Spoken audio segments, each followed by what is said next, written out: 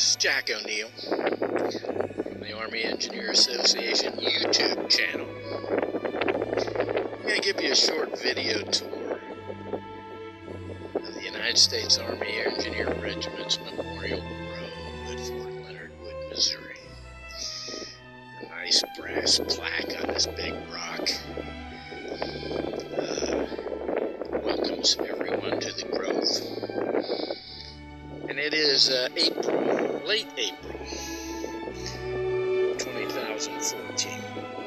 So I'm going to walk towards the main part of the grove. I'm approaching the centerpiece, which is the Engineer Memorial, the United States Army Engineer Memorial. To every engineer soldier who's ever served the nation, the United States of America. It's a bronze 9-foot statue of the American Revolutionary War sapper or engineer.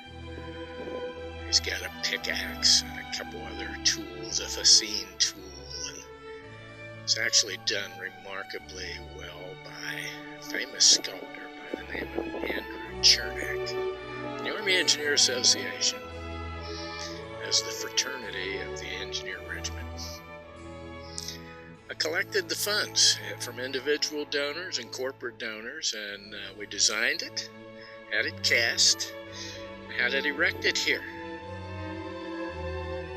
I'll move a little closer. I don't know how well you're going to be able to see this, but the Army Engineer Association recognizes this, the sapper, as the Engineer Memorial. And again, dedicated to every engineer who has ever served our nation in its struggle for freedom. And it's the centerpiece of a little amphitheater where engineer soldiers who train here have a ceremony to welcome them into the regiment. They pin on their regimental crest on their uniform.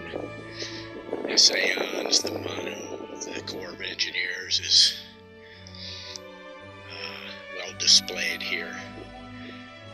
And I'll pan it a little bit around. There are brass plaques of engineer soldiers who have won the Congressional Medal of Honor, or correctly termed just the United States Medal of Honor. And then I'm going to take you to the newest element of this. It is the fallen wall to engineer soldiers. The Army Engineer Association again collected individual and corporate donations to create a memorial to young soldiers and Army Corps civilians who fought in a global war on terror starting 9/11/2001 and deployed to Iraq and deployed to Afghanistan.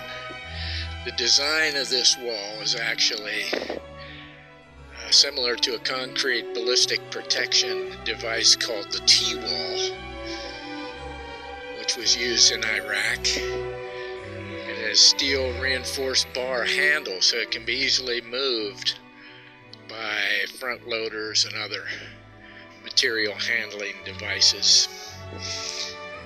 But this beautiful monument has the names engraved on it. And every April, the Army Engineer Association sadly adds more names to it. There will be a ceremony later here in April that will properly remember these fallen heroes. I'm going to pan around the back because it has two sides to it. I have no idea what this is looking like because I am definitely a rookie video person.